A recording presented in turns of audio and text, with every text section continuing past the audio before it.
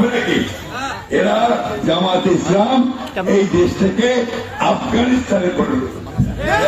আমাদের মধ্যে মানে অহেতুক কিছু সংখ্যক লোক আমাদের হিন্দু মুসলমান ভাগ করে, এইটা বাংলাদেশে করার কোনো কারণ নাই।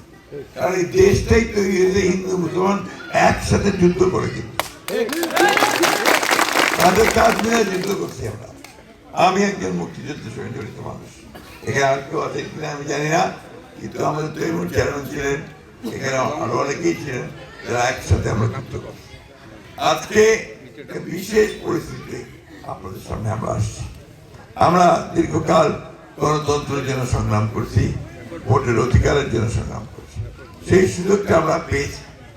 এই 12 তারিখে আর বাংলাদেশের মানুষ তারা নিজের ভোটটা নিজে দিবে, দিয়ে তাদের প্রতিনিধি নির্বাচন করবে, তাই না? এখানে তো দল সামনাসামনি, এখন প্রধান যে দুটো দল, আওয়ামী লীগ আর বিএনপি, আওয়ামী লীগ ইলেকশন করতেছে না, করতে পারতেছে না।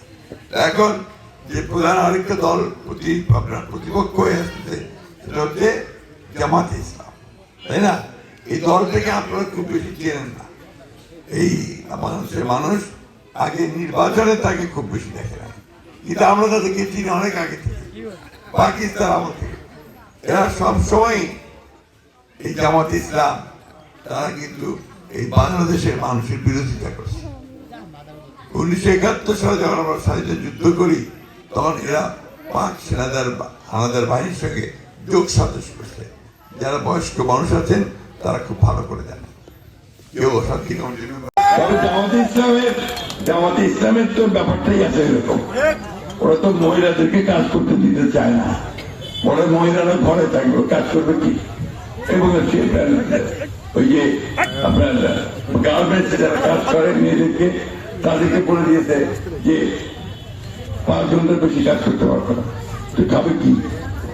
কাজ 8 ঘন্টা না করলে খাবে কি? তাই না? আমাদের মেয়েরা যদি স্কুল কলেজে না যায়, পড়াশোনা না করে, চাকরি পাবে কোথায়? কি বলছেন বলেন, কি বলবেন বলেন? হ্যাঁ,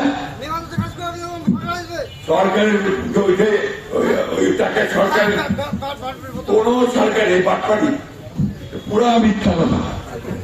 কোন সরকার কাজ না করলে কাউকে টাকা দিবে হবে নাকি?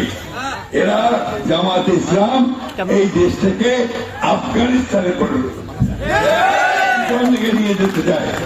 জামাত ইসলাম একটা দল, যে দলটা আমাদেরকে সামনের দিকে যেতে বাধা দেয়। আমরা পিছনে যেতে চাই না, আমরা সামনে যেতে চাই। মেয়ে পুরুষ সমান অধিকার নিয়ে এখানে এই দেশে বাংলাদেশে বাস করবে। বাংলাদেশের জনসংখ্যা মেয়েরা বেশি, ছেলেদের চেয়ে। আরেকটা ব্যাপার আছে, আমাদের সনাতনী ভাইরা তারা নিরাপত্তাহীনতায় মানসিক দিক দিয়ে ভোগে। এটাকে আপনারা কিছু মনে করবেন না, আমরা আপনাদের সঙ্গে আছি, সরকার আছে, আপনার আর্মি থাকবে, সব দিকে প্রোটেকশন করে রাখবে। আর আমি যদি আপনার এলাকায় নির্বাচিত হতে পারি, একটা আচর আপনাদের গায়ে আমি রাখতে দেবো না, এই ব্যাপারে আপনারা নিশ্চিত থাকতে পারেন। বংশানুক্রমে আমরা এটা করেছি, আমার বাবাও কোনোদিন রাখতে দেয়নি, আমরাও কোনোদিন রাখতে দেবো না, আপনি নিশ্চয়ই সেটা জানেন।